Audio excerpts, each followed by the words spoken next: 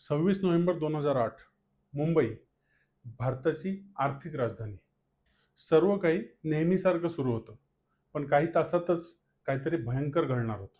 रात्री अचानक गोळीबार सुरू झाला. आरडाओरडा, भीती, गोंधळ आणि या सर्वांच्या मध्ये उभी होती भारताच्या सर्वात प्रतिष्ठित हॉटेलपैकी एक, म्हणजे ताजमहल पॅलेस, मुंबई. पण हा हल्ला फक्त हॉटेलवरचा नव्हता. हा हल्ला एका कल्पनेवरचा होता. एक कल्पना जिने भारताच्या इतिहासाला जवळपास 150 वर्ष आकार दिला. आज भारतात अनेक कंपन्या आहेत, अनेक उद्योग समूह आहेत, पण टाटा हे नाव ऐकल्यानंतर भारतातल्या प्रत्येकाला फक्त एक बिझनेस आठवत नाही, अजून एक गोष्ट आठवते, ती म्हणजे विश्वास. पण प्रश्न असा आहे की हा विश्वास निर्माण कसा झाला? टाटांनी असं नेमकं काय केलं की जे इतरांना जमलं नाही? टाटांवर भारताचा एवढा विश्वास का आहे? आजचा हा व्हिडिओ या प्रश्नाचं उत्तर नक्की देईल. आणि या उत्तराची सुरुवात होते एक अशा व्यक्तीपासून ज्याने भारतासाठी एक स्वप्न पाहिलं. स्वप्न, तेही ब्रिटिशकालीन भारतात. ब्रिटिशकालीन भारत, जिथे भारतीयांना स्वप्न बघायची मुभा नव्हती. 1800च्या दशकातला भारत. त्या काळात सर्व कारखाने, उद्योगधंदे हे फक्त आणि फक्त ब्रिटिशांच्या नियंत्रणाखाली होते. एका भारतीय व्यक्तीने जागतिक दर्जाचा उद्योग उभारावा हा विचारच त्या काळात हास्यास्पद वाटला असता. पण एका व्यक्तीने ते अशक्य मानलं नाही. त्या माणसाचं नाव आहे जमशेदजी टाटा. सन 1868 मध्ये जमशेदजी टाटा यांनी ट्रेडिंग फर्म सुरू केली. त्यावेळी कदाचित कोणाला कल्पनाही नसेल की ही छोटी ट्रेडिंग फर्म भविष्यात भारतातील सर्वात मोठ्या उद्योग समूहांपैकी एक बनेल.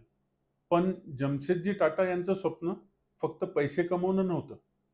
ते भारतासाठी एक स्वप्न बघत होते. त्यांनी 4 मोठी स्वप्न पाहिली: steel plant, hydro electric power plant, आंतरराष्ट्रीय दर्जाचं रिसर्च इन्स्टिट्यूट आणि लक्झरियस हॉटेल. आज हे ऐकायला कदाचित सामान्य वाटेल, पण 1868 साली हा विचार करणं ही अशक्य गोष्ट होती. आणि आश्चर्याची गोष्ट म्हणजे या 4 स्वप्नांपैकी एक आजही मुंबईच्या समुद्र किनाऱ्यावरती ताठपणे उभं आहे. ते म्हणजे ताज हॉटेल. आणि याच ताज हॉटेलवरती झालेल्या हल्ल्यापासून आजची ही गोष्ट सुरू झाली होती.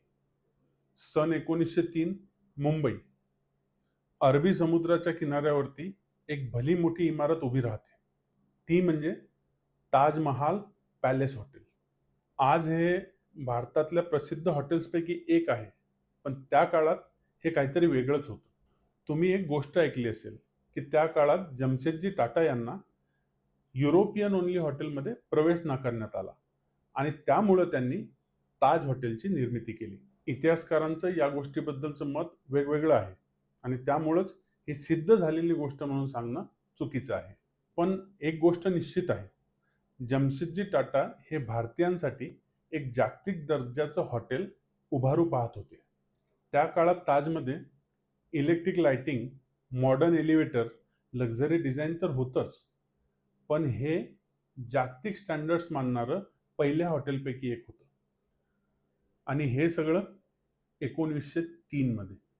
आज आपण ज्या हॉटेल ताजकडे पाहतो ते फक्त हॉटेल नाही, तर ती एका व्हिजनची प्रूफ आहे.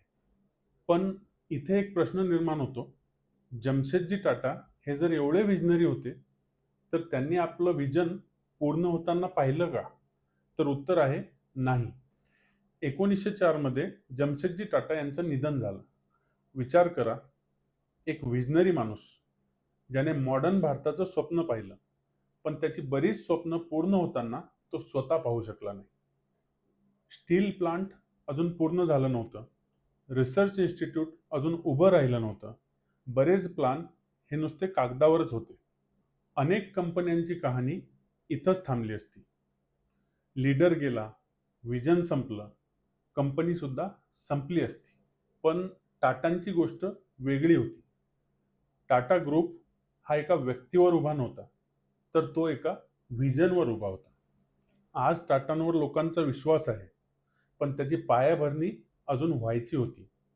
आणि पुढे जे घडलं त्यामुळे फक्त एक कंपनी, एक स्टील प्लांट उभा राहिला नाही, तर भारतातील पहिल्या औद्योगिक शहरांपैकी एक शहर उभं राहिलं. वर्ष 1904. जमशेदजी टाटा आता या जगात नव्हते, पण त्यांची स्वप्न मात्र अजून जिवंत होती. त्यापैकीच एक स्वप्न म्हणजे जागतिक दर्जाचा स्टील प्लांट. आज आपल्याला स्टील कंपनी सामान्य वाटते, पण त्या काळात एखाद्या भारतीयाने स्टील कंपनी सुरू करणे म्हणजे वेळेपणा मानला जात होता. कारण स्टील कंपनी म्हणजे फक्त कंपनी नव्हती, त्यासाठी अनेक गोष्टींची गरज होती. त्या म्हणजे तंत्रज्ञान, पैसा, जागा, स्किल्ड वर्कफोर्स आणि मशीन्स. आणि या सगळ्यांपेक्षाही महत्त्वाची एक गोष्ट लागणार होती, ती म्हणजे विश्वास. त्या काळात ब्रिटिश अधिकाऱ्यांना खात्री नव्हती की भारतीय लोक एवढ्या मोठ्या प्रमाणात स्टील तयार करू शकतील. पण टाटा मागे हटले नाहीत आणि 1907 मध्ये सुरुवात झाली टाटा आयर्न अँड स्टील कंपनीची, म्हणजेच आजची टाटा स्टील. आणि पुढे जे घडलं ती फक्त एका कंपनीची गोष्ट नाही, तर ती गोष्ट आहे एका शहराच्या निर्माणाची. कारण टाटा फक्त स्टील तयार करत नव्हते, तर टाटा या देशाचं भविष्य तयार करत होते. 1912 मध्ये स्टीलचं प्रोडक्शन सुरू झालं. हळूहळू आजूबाजूला वसाहती वसल्यात आणि निर्मिती झाली एका शहराची, ते म्हणजे आजचं जमशेदपूर. आता एक प्रश्न आहे की किती कंपन्या कारखाने सुरू करतात? तर खूप. पण किती कारखाने, किती कंपन्या एखादं शहर विकसित करतात? तर इतिहासात खूप कमी कंपन्यांची अशी नोंद आहे. त्यांच्यापैकीच एक म्हणजे टाटा. जमशेदपूरमध्ये रस्ते, शाळा, हॉस्पिटल्स, वर्कर्ससाठी घरं, स्पोर्ट्स फॅसिलिटीज या सगळ्यांची सुरुवात झाली. ही फक्त इंडस्ट्रियल डेव्हलपमेंट नव्हती, तर हे नेशन बिल्डिंग होतं. पण ही गोष्ट एवढी सोपी नव्हती. काही काळानंतर टाटा स्टील समोर एक मोठं संकट उभं राहणार होतं. असं संकट जे पूर्ण स्वप्न संपवू शकत होतं. 1920च्या दशकात टाटा स्टीलवर एक मोठं आर्थिक संकट आलं. डिमांड कमी होती, खर्च वाढत होता, आर्थिक परिस्थिती सुद्धा बिघडत होती. आणि परिस्थिती एवढी बिघडली की कंपनीसमोर अस्तित्वाचा प्रश्न निर्माण झाला. विचार करा, ज्या टाटा ग्रुपबद्दल आज आपण बोलतो, तो ग्रुप तिथेच संपला असता. इतिहास कदाचित पूर्णपणे वेगळा असता. पण तेव्हा पुढे आले जमशेदजी टाटा यांचे मोठे पुत्र सर दोरबजी जमशेदजी टाटा. दोरबजी टाटा यांनी असा निर्णय घेतला जो टाटाच्या इतिहासातील सर्वात महत्त्वाच्या निर्णयांपैकी एक मानला जातो. आणि तो म्हणजे दोरबजी टाटा यांनी आपली वैयक्तिक संपत्ती कंपनीसाठी पूर्णपणे पणाला लावली. फक्त एवढंच नाही, तर त्यांनी आपल्या पत्नीचे दागिने सुद्धा तारण ठेवले, एक कंपनी वाचवण्यासाठी. आजच्या जगाचा विचार केला तर हा निर्णय अविश्वसनीय वाटतो. आज कंपन्या लोकांना नोकरीवरून कमी करतात, असेट्स विकतात, रिस्क कमी करतात. पण दोरबजी टाटा यांनी घेतलेल्या या निर्णयामुळेच कदाचित पहिल्यांदा टाटा ग्रुपवरती लोकांचा विश्वास बसला.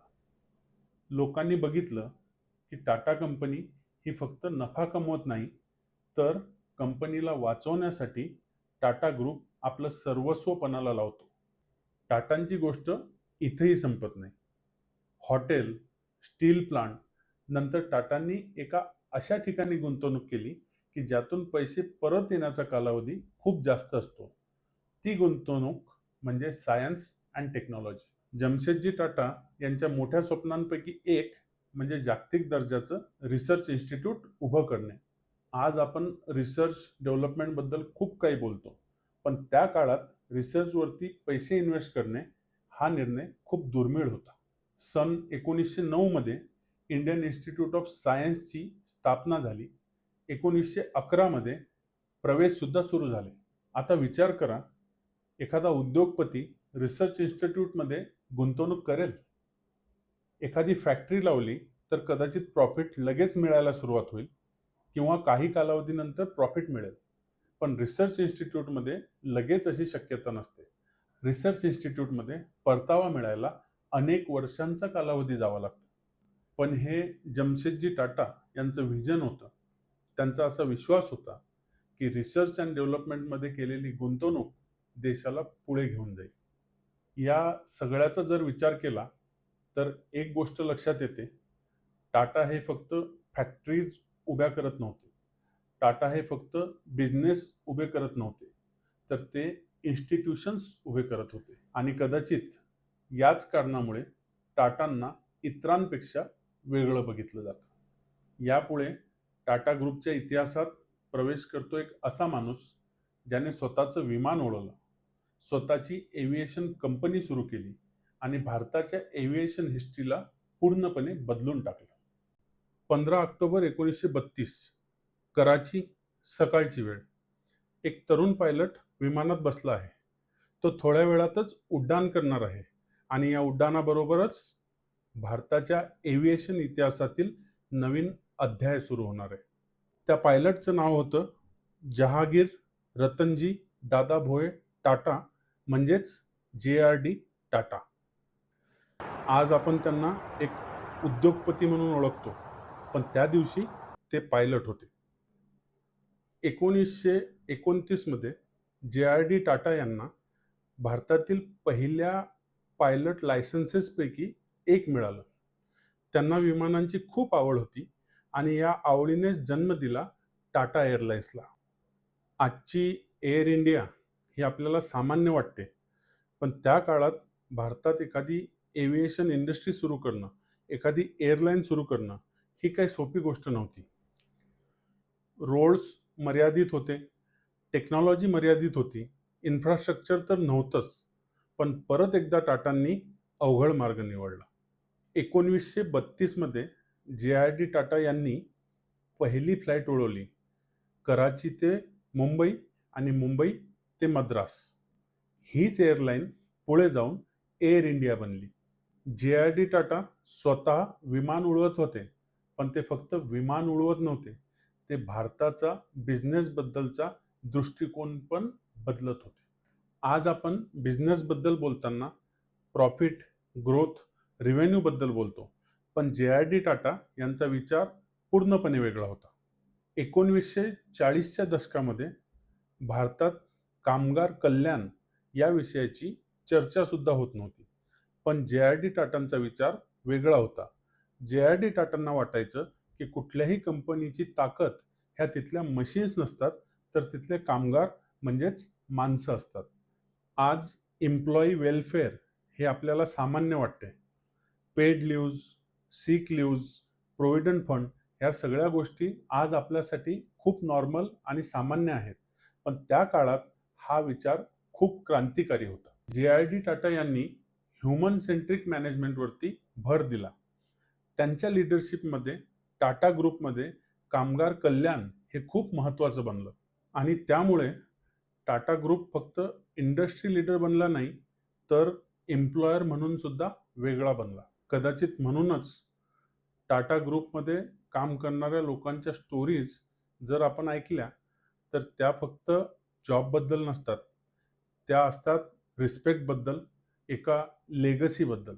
एके दिवस JRD टाटा यांच्या आयुष्यात अशी घटना घडली, त्यांनी स्वतः उभारलेली एअरलाईन त्यांच्या हातून निघून गेली. भारत सरकारने एअर इंडियाला नॅशनलाइज केलं. आज या घटनेकडे आपण इतिहास म्हणून बघतो, पण त्या काळात ही घटना वेगळी होती. JRD टाटांसाठी एअर इंडिया ही खूप वैयक्तिक गोष्ट होती, कारण एअर इंडिया ही फक्त एअरलाईन नव्हती, ही JRD टाटांची पॅशन होती. कल्पना करा, आपण एखादी संस्था स्वतः उभी करतो, तिला मोठी करतो आणि एके दिवशी ती आपल्या हातातून निघून जाते. इतर कुणी असतं तर कदाचित रागावलं असतं, कळवट झालं असतं, पण JRD टाटा यांची प्रतिक्रिया पूर्णपणे वेगळी होती. त्यांनी एअर इंडियाला सोडून दिलं नाही, तर पुढील अनेक वर्ष सरकारच्या नियंत्रणात असलेल्या एअर इंडियाला त्यांनी मार्गदर्शन केलं व तिच्या विकासासाठी योगदान दिलं. कारण त्यांच्यासाठी मुद्दा मालकीचा नव्हता, तर मुद्दा गुणवत्तेचा होता. आणि ही गोष्ट महत्त्वाची आहे. ट्रस्ट हा फक्त बिझनेसमधून तयार होत नाही, तर ट्रस्ट तयार होतो एखाद्या वाईट परिस्थितीत कुणी कसं वागतं, कसा रिस्पॉन्ड करतो, या गोष्टीवरती त्या माणसाबद्दलचं, त्या बिझनेस ग्रुपबद्दलचं मत लोकांचं बनत असतं. टाटा ग्रुपचं सगळ्यात मोठं ट्रान्सफॉर्मेशन अजून बाकी होतं. अर्थव्यवस्था बदलत होती, जग बदलत होतं आणि टाटा ग्रुपमध्येही एक मोठा बदल होणार होता. टाटा ग्रुपची लीडरशिप जाणार होती एका अशा व्यक्तीकडे, की ज्याला आज भारतातला प्रत्येक माणूस नावानिशी ओळखतो आणि ते म्हणजे रतन टाटा. रतन टाटांनी जेव्हा टाटा ग्रुपची लीडरशिप स्वीकारली, तेव्हा सर्वच लोक त्यांच्याबद्दल पॉझिटिव्ह नव्हते. काही लोक साशंकसुद्धा होते. पण त्यानंतर रतन टाटा यांनी जे निर्णय घेतले, त्यांनी टाटा ग्रुपला कायमचं बदलून टाकलं. रतन टाटांपुढे सर्वात मोठा प्रश्न होता, की 21व्या दशकात टाटा ग्रुप कसा दिसेल? टाटा ग्रुप काय असेल? पुढील काही वर्षात रतन टाटा यांनी टाटा ग्रुपची रचना बदलली, एक ब्रँड आयडेंटिटी निर्माण केली. टाटा कंपनीला एक जागतिक दर्जाची कंपनी बनवण्यास सुरुवात केली. पुढे रतन टाटांनी घेतलेला एक निर्णय बऱ्याच लोकांना चुकीचा वाटला. कारण पहिल्यांदाच कुठलीतरी भारतीय कंपनी एका ब्रिटिश ब्रँडला विकत घेणार होती. हे आज सामान्य वाटू शकतं, पण त्या काळात ही खूप मोठी बातमी होती. कारण त्या काळात कुठल्याही भारतीय कंपनीने बाहेरच्या कुठल्याही देशातील कंपन्या घेणं ही काही छोटी गोष्ट नव्हती. रतन टाटांच्या या निर्णयानंतर चित्र बदलत गेलं. आता लोक टाटा ग्रुपकडे फक्त एक भारतीय कंपनी म्हणून नाही, तर एक जागतिक दर्जाचा उद्योजक ग्रुप म्हणून पाहू लागले. 2007 मध्ये टाटा ग्रुपने कोरस ही कंपनी विकत घेतली. पण हा टाटा ग्रुपचा सगळ्यात मोठा निर्णय नव्हता. सगळ्यात मोठा निर्णय अजून बाकी होता. कारण यानंतर जी कंपनी टाटा विकत घेणार होते, तिचं नाव जवळपास सगळ्यांना माहिती होतं आणि ती कंपनी म्हणजे जॅग्वार लँड रोव्हर. 2008 साली टाटा ग्रुपने जॅग्वार लँड रोव्हरला ॲक्वायर केलं. त्यावेळेला हा निर्णय काही लोकांना आवडला नाही किंवा चुकीचा सुद्धा वाटला. काही तज्ञांच्या मते हा निर्णय खूप रिस्की होता. कारण त्या काळात जग हे आर्थिक अडचणीतून जात होतं आणि प्रामाणिकपणे विचार केला तर कदाचित लोकांचं असं मत खरंही होतं. कारण हा निर्णय जर चुकला असता तर आज टाटा ग्रुपचा इतिहास हा पूर्णपणे वेगळा राहिला असता. पण पुढील काही वर्षात जॅग्वार लँड रोव्हरने टाटा ग्रुपच्या संपत्तीमध्ये भर टाकली, त्यांच्या बिझनेसमध्ये भर टाकली. रतन टाटांसाठी ही फक्त बिझनेस डील नव्हती, तर रतन टाटांचा हा जगाला संदेश होता, की भारतीय कंपन्यासुद्धा मोठे ब्रँड्स ॲक्वायर करू शकतात, विकत घेऊ शकतात आणि ते सक्सेसफुली चालवू पण शकतात. आणि कदाचित याच निर्णयामुळे टाटा ग्रुपकडे जगाने वेगळ्या पद्धतीने बघायला सुरुवात केली. प्रत्येक यशस्वी लीडरच्या आयुष्यात एक तरी असा अनुभव असतो, की तो त्याला काहीतरी शिकवून जातो. रतन टाटांच्या आयुष्यात तो निर्णय म्हणजे टाटा नॅनो. रतन टाटांचं स्वप्न होतं भारतीय मध्यमवर्गीय कुटुंबांसाठी एक सुरक्षित आणि परवडणारी कार. आणि याच विचारातून जन्म झाला नॅनोचा. जगभरातील माध्यमांनी टाटा नॅनोबद्दल लिहिलं. काही लोकांनी ऑटोमोटिव्ह रिव्हॉल्यूशन म्हटलं. काही लोकांनी खूप प्रशंसा केली, तर काहींना हा निर्णय सुद्धा आवडला नाही. पुढे नॅनोला अपेक्षित यश मिळालं नाही. हळूहळू मार्केटमधून नॅनो लुप्त होऊ लागली आणि नॅनोचा प्रोजेक्ट हळूहळू टाटांकडून मागे पडत गेला. इथे एक गोष्ट महत्त्वाची आहे. लोकांनी टाटांना फक्त यशस्वी होताना पाहिलं नाही, तर अयशस्वी होताना पण पाहिलं. आणि तरीही लोकांचा विश्वास टाटांवरचा कमी झाला नाही. का? तर लोकांना हे माहिती होतं, की नॅनो मागे प्रॉफिट कमवणं हा उद्देश नव्हता, तर समाजाचा प्रश्न सोडवणं हा उद्देश होता. आणि कदाचित हीच गोष्ट टाटा ग्रुपला वेगळं बनवते. पण अजूनही आपण मुख्य प्रश्नाचं पूर्ण उत्तर शोधलेलं नाहीये. टाटा ग्रुप यशस्वी होता हे खरं आहे, पण यशस्वी कंपन्या खूप आहेत. मग विश्वास टाटांवरच का? या प्रश्नाचं उत्तर कदाचित बिझनेसमध्ये नाही, तर ते बिझनेसच्या बाहेर आणि बिझनेसपेक्षा मोठं आहे. 26 नोव्हेंबर 2008 जिथून आपण ही गोष्ट सुरू केली, पुन्हा तिथेच येऊया. मुंबईवर हल्ला झाला. देश हादरला. या हल्ल्याचं प्रमुख लक्ष बनलं मुंबईचं ताज हॉटेल. आणि हा हल्ला म्हणजे काही तासांचा संघर्ष नव्हता, तर जवळपास 3 दिवस चाललेला संघर्ष होता. या हल्ल्यात फक्त इमारतीचं नुकसान झालं नाही, तर लोकांनी आपले जीव गमावले, आपले प्रियजन गमावले. पण टाटाच्या कर्मचाऱ्यांनी स्वतःचे प्राण धोक्यात घालून लोकांचे जीव वाचवले सुद्धा. आणि पूर्ण देश या घटनेकडे पाहत होता. या हल्ल्यानंतर सर्वांच्या नजरा टाटा ग्रुपकडे होत्या. टाटा आता काय करणार?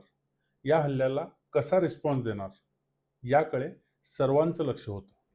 आणि इथेच एक घटना घडली ज्याचा उल्लेख लोक आजही करतात. टाटा ग्रुपने प्रभावित कर्मचारी आणि त्यांच्या परिवारांना मदत केली. हॉटेल पुन्हा उभं राहिलं. पण त्याहूनही महत्त्वाची एक गोष्ट झाली, ती म्हणजे एक स्ट्रॉंग संदेश गेला. कठीण काळात एखादी संस्था कशी वागते यावर तिची ओळख ठरते. पण टाटांवरचा विश्वास हा या एका घटनेमुळे नाही, तर ती 150 वर्षाची लेगसी आहे. टाटा ग्रुपचा एक मोठा हिस्सा टाटा ट्रस्टशी जोडलेला आहे. टाटा ट्रस्ट पूर्णपणे सामाजिक कामांशी जोडलेला आहे. याचा अर्थ असा नाही की टाटा एक चॅरिटी ट्रस्ट आहे. हा एक बिझनेस ग्रुप आहे, पण त्याची रचना इतर बिझनेसपेक्षा वेगळी आहे. वर्षानुवर्ष शिक्षण, आरोग्य, ग्रामीण विकास अशा वेगवेगळ्या विषयांमध्ये टाटा ट्रस्टने काम केलं आहे. आता एक गोष्ट लक्षात घ्या, या व्हिडिओमध्ये आपण टाटा ग्रुपच्या वेगवेगळ्या companies, hotels, steel plants, hydroelectric plants अशा वेगवेगळ्या गोष्टींबद्दल चर्चा केली. पण या सगळ्यांमध्ये एक समान धागा दिसतो आणि तो म्हणजे इन्स्टिट्यूशन बिल्डिंग. आणि कदाचित यामध्येच आपल्या प्रश्नाचं उत्तर लपलेलं आहे. आता पुन्हा सुरुवातीचा प्रश्न विचारूया. भारतात हजारो कंपन्या आहेत, मग टाटा ग्रुपवरच भारतीयांचा एवढा विश्वास का? कारण विश्वास हा ॲडव्हर्टायझिंगने तयार होत नाही. विश्वास हा एखाद्या व्हायरल कॅम्पेनने तयार होत नाही. विश्वास तयार होतो जेव्हा लोक पिढ्यानपिढ्या तुमची कृती पाहतात. एका व्यक्तीने स्वप्न पाहिलं, एकाने एअरलाईन उभी केली, एकाने स्टील प्लांटसाठी आपली पूर्ण संपत्ती देऊन टाकली, तर एकाने कंपनीला जागतिक दर्जाची कंपनी बनवली. काही निर्णय चुकले असतील, काही यशस्वी झाले असतील, पण एक गोष्ट कायम राहिली, विश्वास कमवण्याचा प्रयत्न. आणि म्हणूनच टाटाबद्दल लोक जेव्हा बोलतात तेव्हा फक्त बिझनेसबद्दल बोलत नाही, तर व्हॅल्यूजबद्दल बोलतात, लेगसीबद्दल बोलतात, त्यांच्यावरती भारतीयांच्या असलेल्या विश्वासाबद्दल बोलतात. 1868 साली सुरू झालेली एक ट्रेडिंग कंपनी आज भारतातल्या सर्वात मोठ्या बिझनेस ग्रुपपैकी एक बनलेली आहे. कदाचित टाटांची सगळ्यात मोठी ताकद ही त्यांच्या कंपन्यांमध्ये नाही, बिझनेसमध्ये नाही, डील्समध्ये नाही, त्यांच्या कार्समध्ये सुद्धा नाही.